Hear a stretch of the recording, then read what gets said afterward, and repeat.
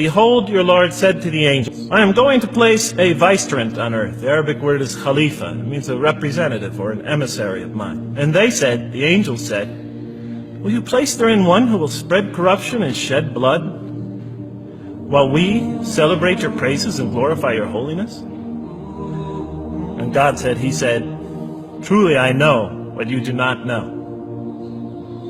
See, that's the verse that hooked me. That's the verse that caught my attention. That's the one that kept on making me read the story again and again and again. Because listen to the way it begins. Behold, your Lord said to the angels, I am going to place a representative of mine on earth, a vicegerent of mine, an emissary, one who acts on my behalf. I thought, that's not the way it goes. You're not supposed to be placing man on earth in some positive role. You place man on earth as a punishment for his sin.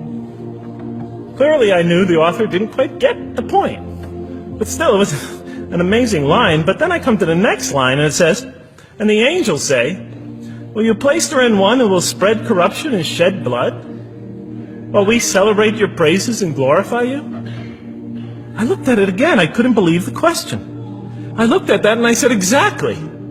That would be my question. Why would you create this being, supposedly for some positive role, when he's capable of doing tremendous wrongdoing? When he could spread corruption and shed much blood?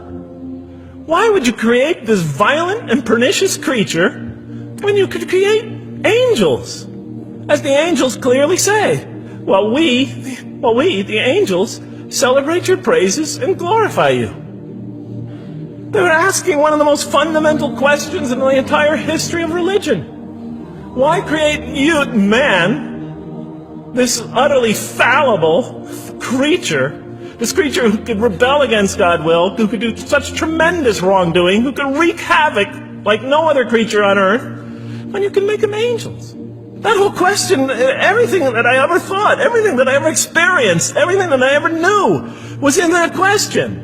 It was as if the author took my life and wanted to pick out exactly the right question to humiliate me, to provoke me, to anger me. Why create man, this most destructive and violent creature, when you can make them angels? And then look at the answer. And he said, God said, truly I know what you do not know. You know, in modern parlance, we would say, I know exactly what I'm doing. I read that and said, what? You know what you do not know? You know exactly what you're doing? Well, please inform me. Tell me what you're doing. You can't just get off that easy. You can't just tell me you know exactly what you're doing. Not after what I've been through. Not after you made me this way. And then I realized, of course, I was arguing with a God I didn't even believe in. And that would happen several times as I read through the Quran. And sometimes I would just get into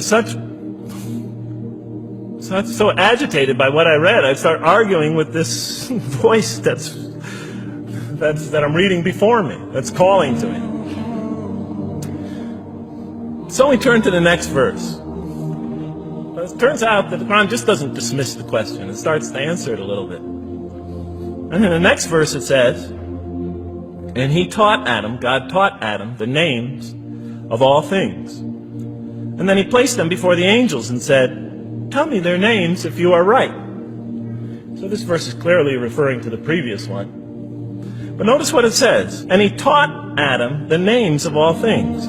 So here we see Adam is not only just a creature who knows how to name things, who's acquiring the gift of language, but he's also a learning creature. God is teaching him. Now right here, right in this verse, and it'll come even clearer in the subsequent verses, that the very first thing that the Quran is going to emphasize here is man's intellect. He is a learning creature. He is taught. And what is he taught? What is one of the great intellectual gifts he's given in response to the angel's question? The gift of language. Because through language, mankind can not only learn, but he could learn things not only through his own experience, but he could learn things that other people have experienced of times and places that are hundreds, thousands of years and miles separated from him. And so that all our knowledge becomes cumulative.